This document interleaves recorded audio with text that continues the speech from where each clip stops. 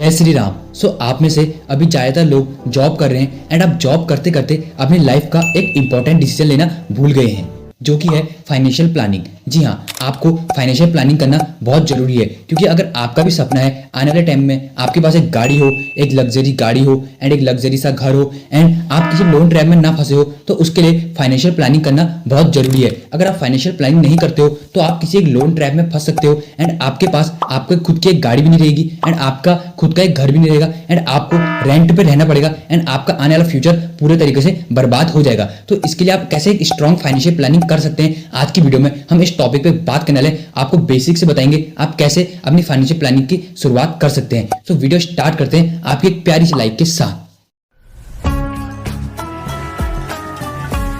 तो आपको यहाँ पे अपनी इनकम ट्रैक करनी है, लाइक आपकी इनकम कहाँ से आ रही है, आपकी एक्स्ट्रा इनकम कहाँ से आ रही है, आपकी मंथली इनकम, आपको सारा इस चीज का एक ट्रैक रिकॉर्ड बनाना है एंड उसके बाद अपनी आगे को फाइनेंशियल प्लानिंग स्टार्ट करनी है। सो फर्स्ट स्टेप है ट्रैक योर इनकम।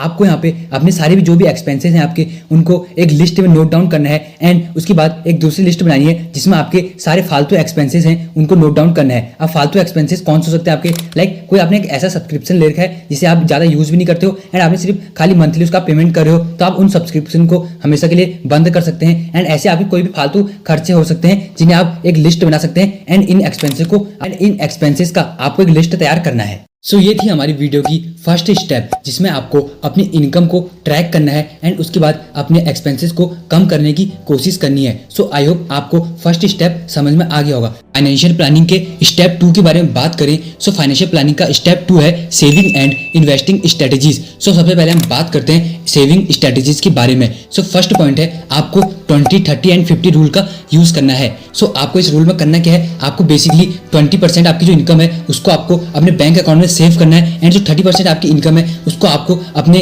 खर्च के लिए एंड एक्सपेंसेस के लिए यूज करना है एंड जो आपकी 50% इनकम है उसको आपको अपने पर्सनल काम के लिए यूज करना है। लाइक पर्सनल काम आपके कुछ भी हो सकते हैं, उसको आपको उस चीज के लिए यूज करना है। सो आप इस रूल का यूज कर सकते हैं, इससे आपके पैसे काफी अच्छे मैनेज होंगे। आपको 20, 30 एंड 50 रूल का यूज करना है। सेकंड स्टेप के बारे में बात करें, सो सेकंड स्टेप है इन्वेस्टिंग स्ट्रेटेजीज। तो आपको इसमें पॉइंट नंबर फर्स्ट में करना क्या है, आप कर सकते हैं इसमें कंपाउंडिंग। जी हाँ, इसमें कंपाउंडिंग में आपको सबसे बेस्ट फायदा ये होता है, यहाँ पे आपका पैसा जो कंपाउंड हो रहा है वो तो आपको कंपाउंड होता है, उसमें आपको रिटर्न मिलता है, लेकिन उसके बाद जो आपका रिटर्न है उस पर भी आपको रिटर्न मिलता है। सो आप कंपाउंडिंग का मैजिक बिल्कुल भी नहीं जानते होंगे तो आप मेरा आई बटन वीडियो देख सकते हैं, वहाँ से आप जान जाओगे कंपाउंडिंग का मैजिक क्या होता है, हमारा पैसा किस तरह ग्रो होता है। सो आप कंपाउंडिंग भी कर सकते हैं, यहाँ पे आपका पैसा ही आपके लिए काम करेगा एंड आपकी एक्स्ट्रा इनकम सोर्स क्रिएट हो जाएगी। सो अब बात करें वीडियो के लास्ट स्टेप के बारे में। सो वीडियो का लास्ट स्टेप है पेइंग एक्स्ट्रा इंटरेस्ट।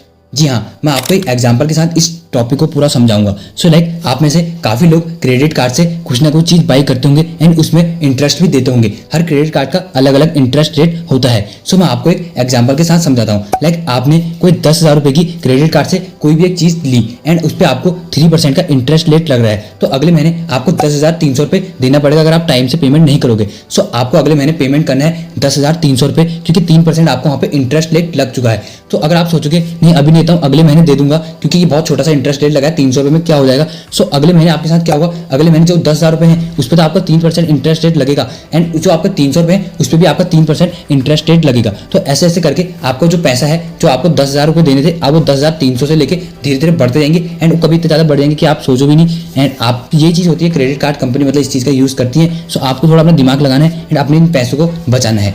तो ये कुछ स्टेप थे हमारे फाइनेंशियल प्लानिंग के, जो कि एकदम बेसिक से थे एंड कोई भी बिगिनर इसे स्टार्ट कर सकता है। सो अगर आपको फाइनेंशियल प्लानिंग करनी है तो आप इन स्टेप का यूज कर सकते हैं एंड धीरे धीरे उनको अपग्रेड कर सकते हैं अपने कंफर्ट जोन के हिसाब से। सो आपको वीडियो कैसी लगी मुझे नीचे कमेंट करके जरूर बताना।